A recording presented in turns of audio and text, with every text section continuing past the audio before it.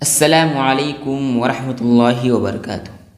محترم ناظرین، قرآن for all کی 90ویں نشست میں آپ سب کا استقبال ہے۔ ہمارا آج کا سوال تھا، ان سے کہہ دو قبل اس کے کہ وہ دن جو ٹلے گا نہیں، خدا کی طرف سے موجود ہو، اپنے پروردگار کا حکم قبول کرو۔ اس دن تمہارے لیے نہ کوئی جائے پناہ ہوگی اور نہ تم سے گناہوں کا انکار ہی بن پڑے گا۔ اس کا جواب دال یعنی آیت نمبر 47 سورۃ الشورى میں موجود تھا۔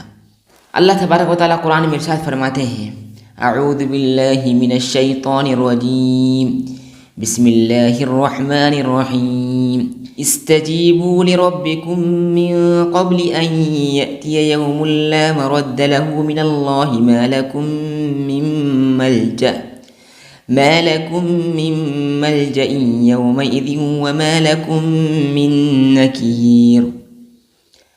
اپنے رب کا حکم مان لو اس سے پہلے کہ اللہ کی جانب سے وہ دن آ جائے جس کا ہٹ جانا ناممکن ہے۔ تمہیں اس روز نہ تو کوئی پناہ کی جگہ ملے گی، نہ چھپ کر انجان بن جانے کی کوئی جگہ ملے گی۔ محترم ناظرین، آیت کے ترجمے سے آپ کو معلوم ہوا ہوگا کہ اس آیت میں قیامت کی منظر کشی کہ کتنا ہولناک ماحول ہوگا، کتنا خوفناک منظر ہوگا کہ اس دن سب کو اپنے اپنی پڑے گی، نفسی نفسی کا ماحول ہوگا۔ اس دن کا یہاں پر منظر کھینچا گیا ہے، اور دوسرے الفاظ میں یہ حکم دیا جا رہا ہے کہ اللہ کی طرف سے دنیا میں جو ہمیں احکامات دیے گئے ہیں حضرت انبیاء کرام علیہ السلام کے ذریعے، خصوصاً پیارے نبی محمد مصطفیٰ صلی اللہ علیہ وسلم کے ذریعے جو ہمیں احکامات دیے گئے ہیں، جو حکم دیا گیا ہے اور جن باتوں سے ہمیں روکا گیا ہے، ہو بہو ہمیں اسی طرح ماننا ہوگا۔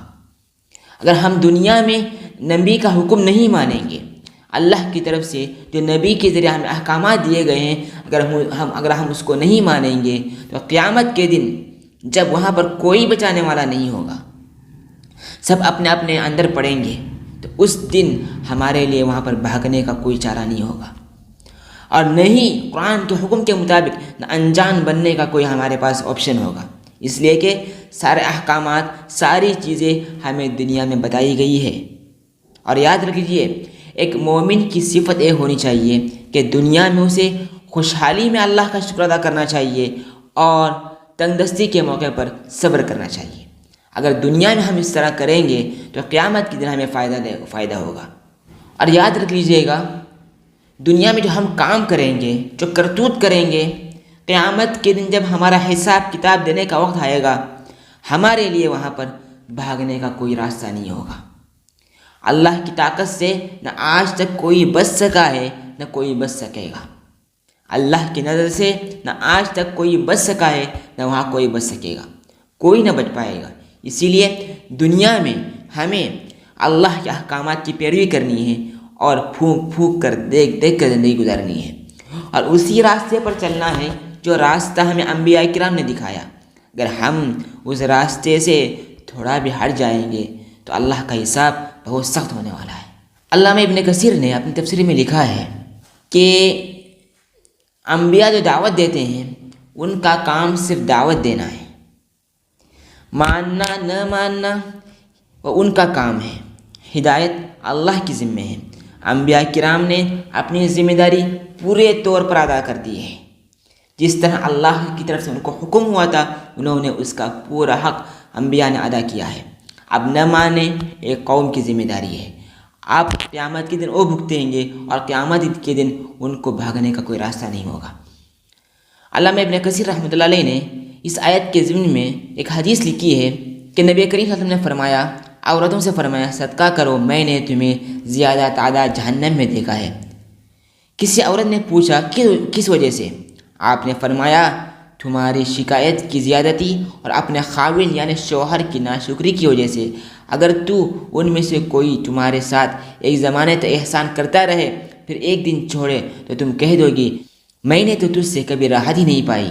تو محترم ناظرین، جیسا کہ آیت سے پتہ چلتا ہے کہ دنیا ہمارے لیے امتحان گاہ ہے، دنیا میں ہمیں صبر کے ساتھ زندگی گزارنی ہے تو اس کا پھل انشاءاللہ قیامت کے دن ملے گا۔ اور یاد رکھیے، جیسا کہ میں نے کہا کہ اللہ تبارک و تعالیٰ کی نظر سے، اس کی پکڑ سے نہ کوئی آج تک بچ سکا ہے، نہ آئندہ کوئی بچ پائے گا۔ تو اس کے علاوہ قیامت کے دن اللہ تبارک و تعالیٰ اپنے اعضاء کو، ہمارے تمام اعضاء کو قوت گویائی عطا فرمائیں گے، یعنی بولنے کی طاقت ان کو عطا فرمائیں گے، اور ہمارے سارے کرتوتوں کا وہ گواہی دیں گے۔ تو صاف طور پر یاد رکھ لیجئے، دنیا میں سنبھل کر زندگی گزاریے، وہاں پر اللہ کے پکڑ سے آپ کو کوئی بچا نہیں پائے گا۔